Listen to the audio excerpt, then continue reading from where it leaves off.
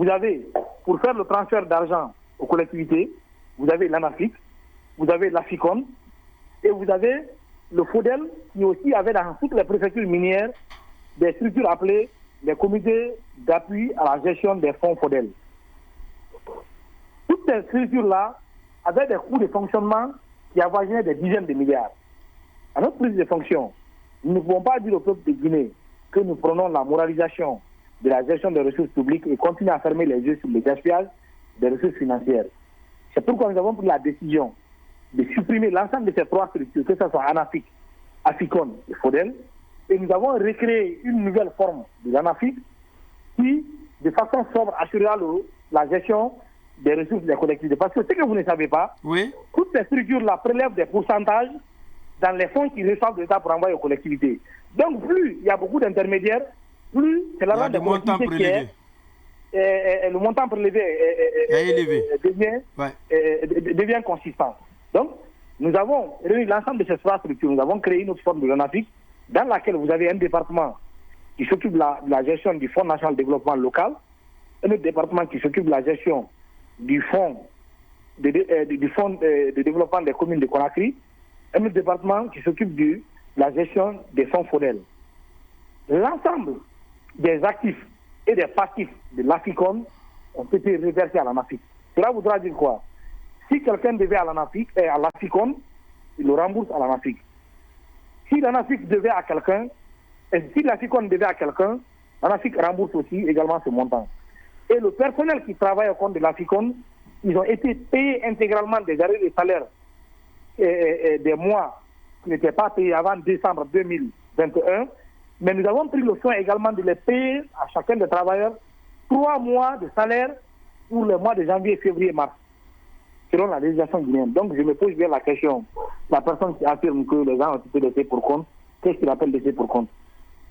Alors, cette autre question, peut-être que ça va être la dernière. D'abord, l'intéressé dit bonsoir Condé, laissez-moi féliciter le ministre Mori Condé d'avoir eu le courage de réformer notre administration. Félicitations pour cette dernière réforme au niveau des préfectures et des régions qui permettront à la Guinée d'enclencher le véritable développement avec les structures déconcentrées.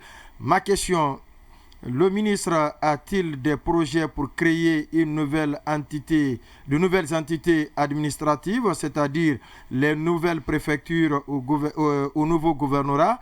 Monsieur le ministre, est-ce qu'il va vous allez poser un minimum de niveau, exiger, un minimum de niveau d'études pour devenir maire? Pour finir, il vous encourage foncièrement d'avoir expliqué souvent ces réformes aux Guinéens, car selon lui, les grandes réformes sont l'œuvre des grands hommes d'État. Par ces réformes, et il estime que le plus souvent, l'intellectuel guinéen ne lit pas beaucoup. Les deux premières questions. Est-ce que vous voulez créer de nouvelles préfectures et de nouveaux gouvernorats, monsieur le ministre? Est-ce que vous allez exiger un niveau intellectuel, ça fait un background, pour être désormais maire en Guinée? Je pense que si nous voulons des collectivités respectueuses du principe de la bonne gestion des biens des citoyens à la base, nous devons être exigeants quant au choix des hommes qui doivent animer ou qui doivent conduire la destinée de ces collectivités.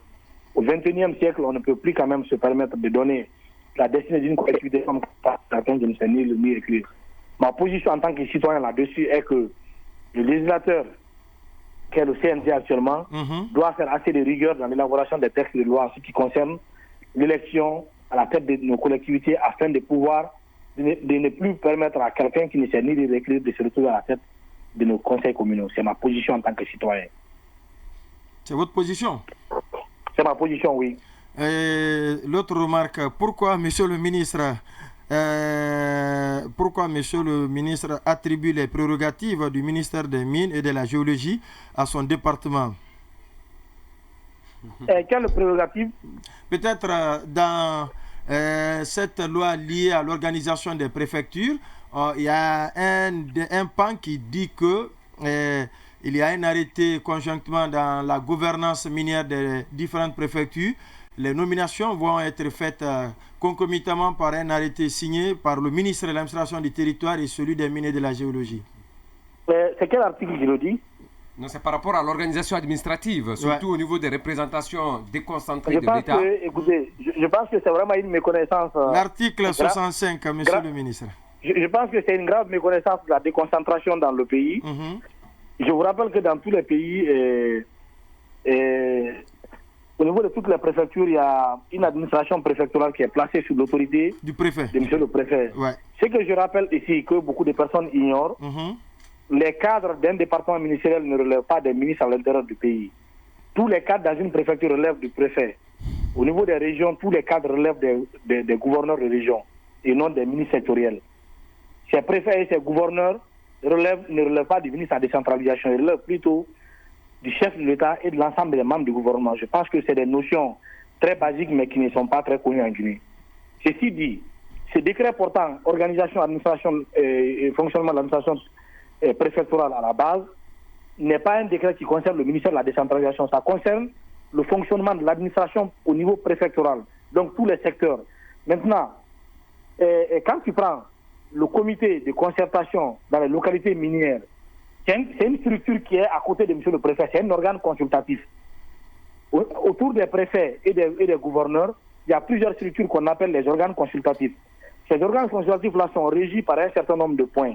Maintenant, sur la question spécifique des localités minières, le fonctionnement, c'est-à-dire l'arrêté portant fonctionnement de l'organe consultatif CCLM, comme ça se dit, l'arrêté est conjointement signé par le ministre de la Territoire et le ministre des Mines.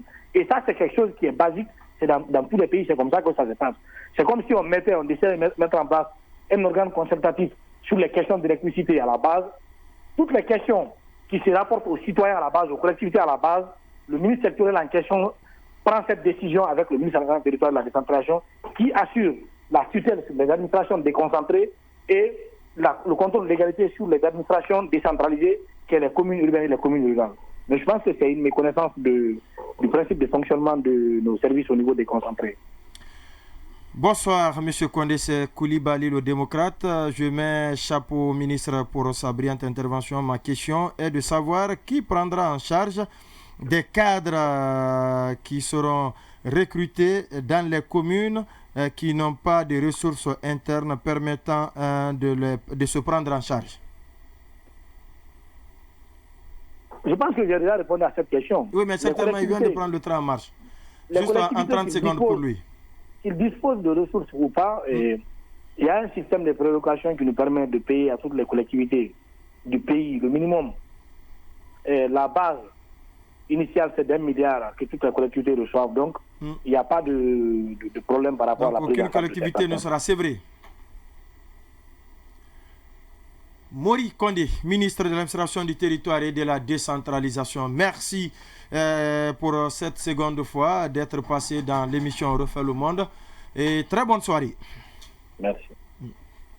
Vous écoutez On refait le monde, votre rendez-vous quotidien de décryptage de l'information sur Joma Media, et vous faites bien. J'ai tenu à féliciter le ministre Mori Condé pour les réformes et innovations au niveau de son département. Cela permettra à certaines collectivités telles que Yembéren de combler car le problème de l'effectif des enseignants. C'est Lamarana Yembéren Diallo de la cellule de communication de l'UFDG. Salut Monsieur Condé. Mais encore devant aujourd'hui, à vrai dire, votre invité est bien à la hauteur. Mariam Diakité, depuis Djeke, localité située dans la préfecture de Yomo. C'est cela, ouais? Je faisais partie des personnes qui avaient le doute au lendemain de la prise du pouvoir lorsqu'il a été question de composer les membres du gouvernement. On a vu Mori Condé qui, les premières heures donc, du CNRD, a fait même la modération quand il était question que le président du CNRD reçoive donc les acteurs sociopolitiques de la nation pour les premières concertations. Et tout le monde l'avait vu et en train de se battre. Et après, par la suite, les premières nominations, il a été donc désigné en tant que ministre de l'administration et du territoire et de la décentralisation. Donc, depuis depuis lors, je faisais personnellement partie de ceux qui... Des sceptiques sceptiques quand tu as vu l'administration. C'est vraiment un grand département.